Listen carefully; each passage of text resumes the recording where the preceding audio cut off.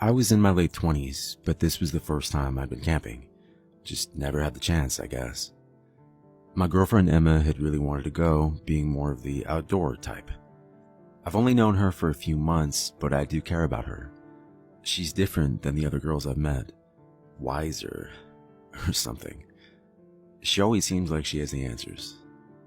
That was the plan, at least when we set off in the morning. I kept up with her and her friends and was in a good mood throughout the day. That was until I got lost. I know how this is going to sound, but as I walked behind the group, something caught my eye off the trail. I swore I saw a man there, holding what looked like a child in his arms. I called out to the group ahead that I was going to check it out, but I guess they didn't hear me. I walked quickly off the trail and towards the river where the man was standing, still holding what looked like a child close. As I got closer, I called out to him, "You okay?" Now, here's where it got really strange. As I got closer, I realized there was something odd about the man. If the boy was injured, you would think he'd have a look of concern. What I saw on his face, though, was excitement or something. Was he grinning at me? This was unnerving to say the least, but I had come this far and was worried about the child he was carrying.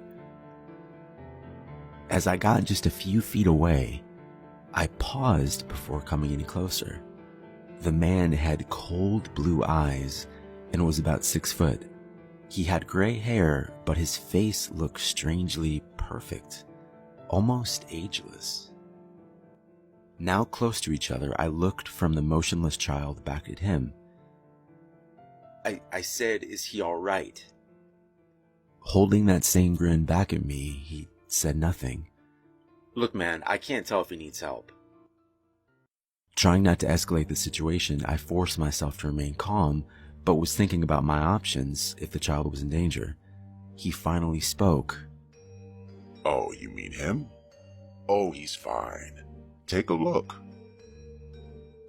Cautiously taking a step, I looked more closely at the boy. The man had one arm carrying his legs and the other around his shoulders and neck. He wasn't moving, and it slowly dawned on me that his head was too far away from where it should be. It wasn't attached. I stumbled back in horror as the boy's head fell forward and then rolled on the ground towards me. I helped him, Jeremy. He's happier now. I yelled to the others for help, but they weren't anywhere. How the hell could they have gotten so far away? I heard the man laughing behind me. Fumbling through my bag for my knife, I grabbed it and turned around to face him. He was dancing. I know how this sounds, and it only gets more crazy. He wasn't just dancing. He had now changed. He wasn't human anymore. He was something else. I stepped backwards in horror as I watched this thing with pale white skin, huge black claws, and red horns dance towards me, grinning all the while. Backing up, I held the knife out, warning him, Stay away. My friends are nearby. I have a knife." Still dancing, he replied. "Oh, I can see that, Jeremy. What a knife it is, too. Think that'll stop me? Want to have a try?" He twirled around and around, keeping his grin the whole time. I dropped my bag and ran like hell. "Run, little Jeremy. Run, run, run. I'm going to catch you." I ran for what seemed like hours towards where I'd seen my girlfriend last. Where the hell could they have gone? I cursed myself for having left my phone in the car.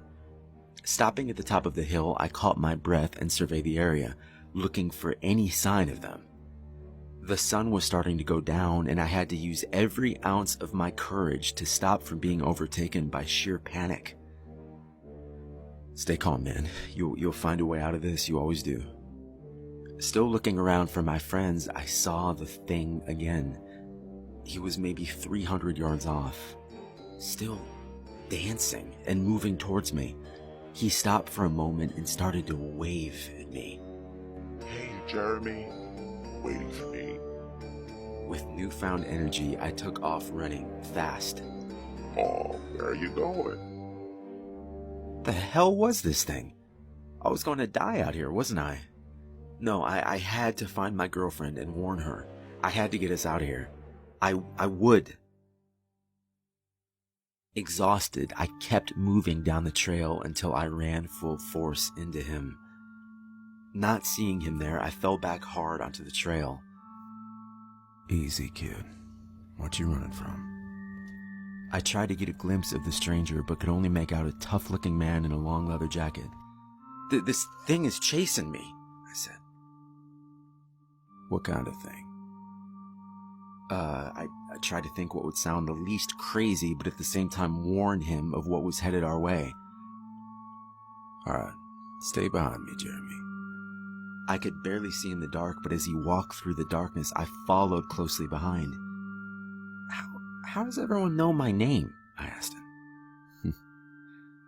I was sent here to protect you. Who are you? I was given the name Gabriel. What you saw was a demon. Gabriel, I said. Like the Ark.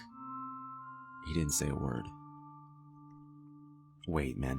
If that thing catches up to us, you didn't see him, man. He'll kill us both.